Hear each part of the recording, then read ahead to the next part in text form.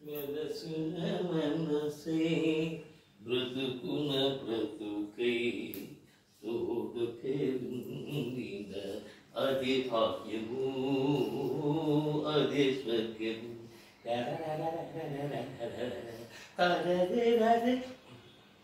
ఏమోయ్ ఇవాళ ఏంటో తెలుసా? చెప్పకుండా ఎలా తెలుస్తుందండి? అబ్బా, ఫిబ్రవరి నెల వ్యాలంటైన్స్ డే, ప్రేమికుల దినోత్సవం. ఫిబ్రవరి 14 కదా, అయిపోయిందిగా.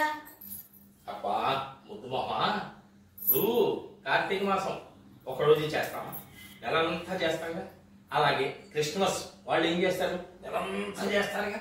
అలాగే ఈ రంజాన్ నెలంతా పోసుకుంటారుగా.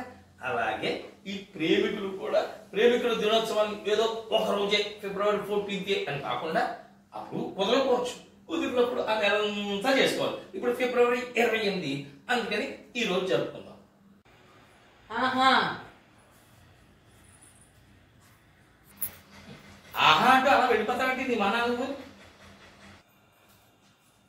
మరి ఓహో అంటూ సంబరాలు జరుపుకోవాలి ఏమిటి? అవునే,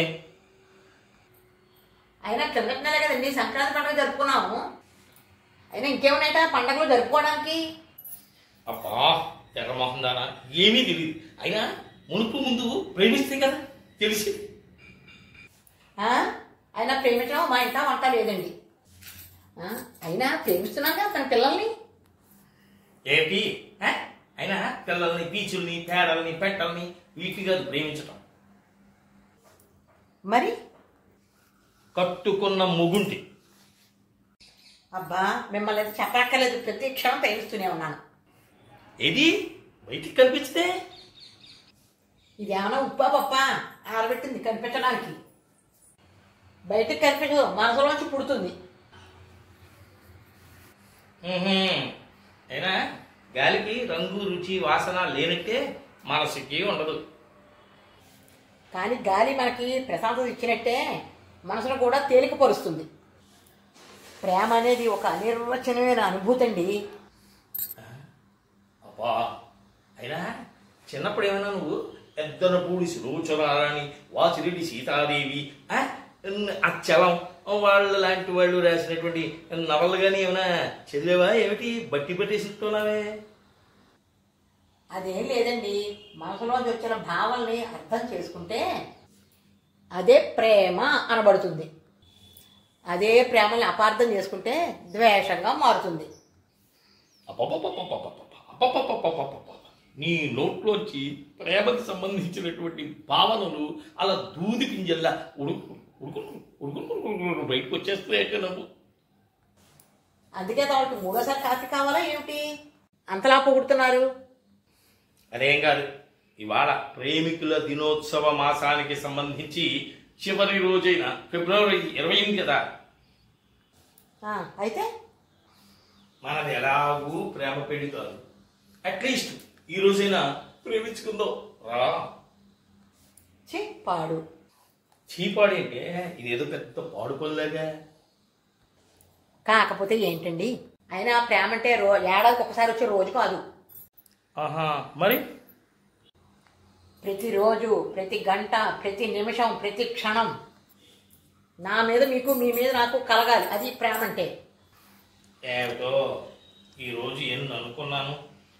అలా హాయిగా మన అందరం కలిసి గోదావరి గట్టు దగ్గరికి వెళ్ళి అక్కడ ఒక బెంచి మీద కూర్చుని అక్కడే అమ్ముతున్నటువంటి పెద్ద పప్పు పొట్లం తీసుకుని అందులో 2 చెంచాలు తీసుకుని, ఒక చెంచాతో నేను నీకు, ఒక చెంచాతో నువ్వు నాకు నోట్లో పెడుతూ ఉంటే అని తింటూ, తర్వాత ఒకే కూల్ డ్రింక్ తెచ్చుకుని 2 స్ట్రాలు వాడిని అడిగి 2 స్ట్రాలు ముంచుకుని ఒకదాంతో నీరు, ఒకదాంతో నువ్వు పీడుస్తూ అలాగా చెట్టపట్టాలు వేసుకుని గోదావరి గట్టమ్మట అటు ఇటు ఇటు అటు అలాగా నడుస్తూ వెళుతుంటే చుట్టూ ఉన్న వాళ్ళందరూ మనల్ని చూసి కుళ్ళుకుంటారు. ఆ కుళ్ళుకోవడంలోనే మనం ఎంత గొప్ప ప్రేమికులు వాళ్ళకి తెలియాలి అని అన్ని అనుకున్నారు. ఆశలన్నీ ఆశలైపోతున్నాయి. అబ్బో, మీరు అనుకునే ఆనందం కన్నా చుట్టుపక్కల చూసేవాళ్ళు తిట్టుకునే ఉంటాయి ఎక్కువ. అయినా మనం టీనేజ్లో ఉన్నామా ఏంటండి?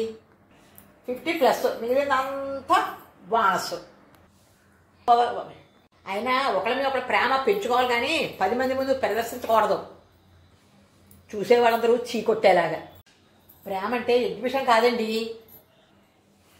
మనసులో ఉన్న భావాన్ని రంగరించి ముద్ద చేస్తే అది ప్రేమ. నిజమైన ప్రేమ మనసుకి తెలిసేటువంటి భావన. బాబోయ్, నీలో ఇంత గాఢత ఉందని, ప్రేమకి సంబంధించి ఇంత కవితాత్మకతమైనటువంటి భావనలు ఉన్నాయని ఇప్పుడే తెలిసింది. కానీ నేనేమనుకున్నానో తెలుసా? అమాయకుని ఏదో హోటల్కి వెళ్ళడం, అక్కడ స్పూన్తో ఏదో మనం తెప్పించుకున్నది తినడం, అది 10 మంది చూస్తూ ఉంటే మనం ఆనందించటం వాళ్ళని చూసుకుంటూ అని ఇప్పటిదాకా అదే ప్రేమ అని అనుకున్నాను.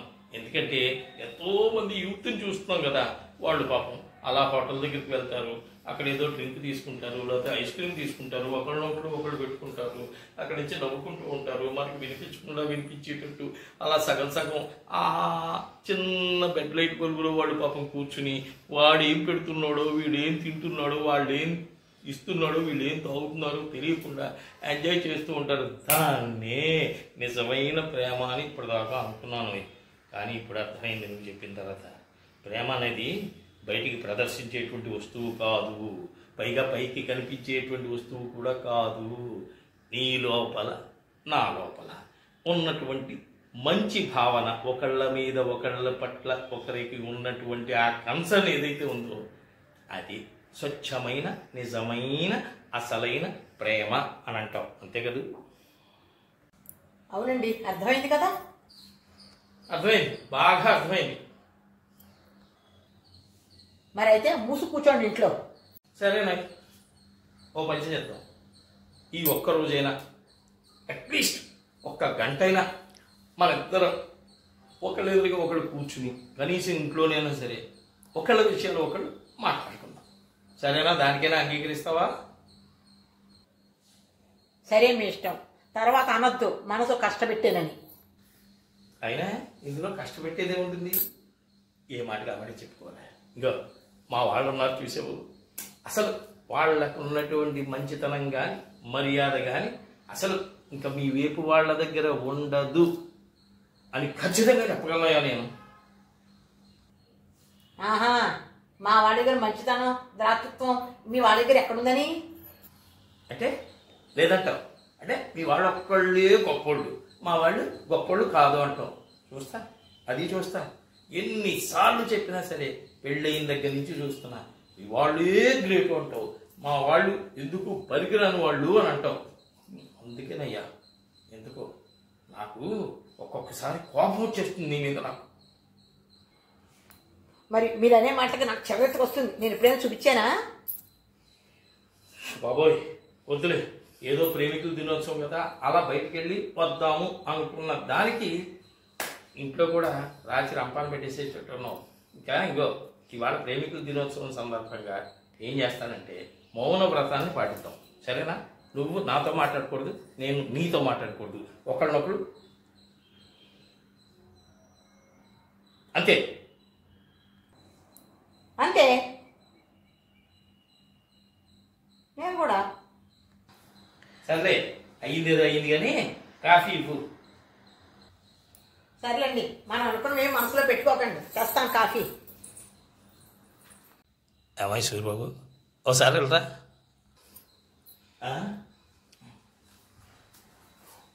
ఏంటి ఏంటి చెప్పు. యావయ్యా, పొద్దున్న ఆడాలతో ఎవరైనా పెట్టుకుంటాడా, పైగా పెళ్ళంతో పిచ్చి పిచ్చిగా ఉందా ఏంటి? ఇక నీ మనస్సు స్థిమితంగా ఉండాలి అంటే హ్యాపీగా వెళ్ళిపోవాలి.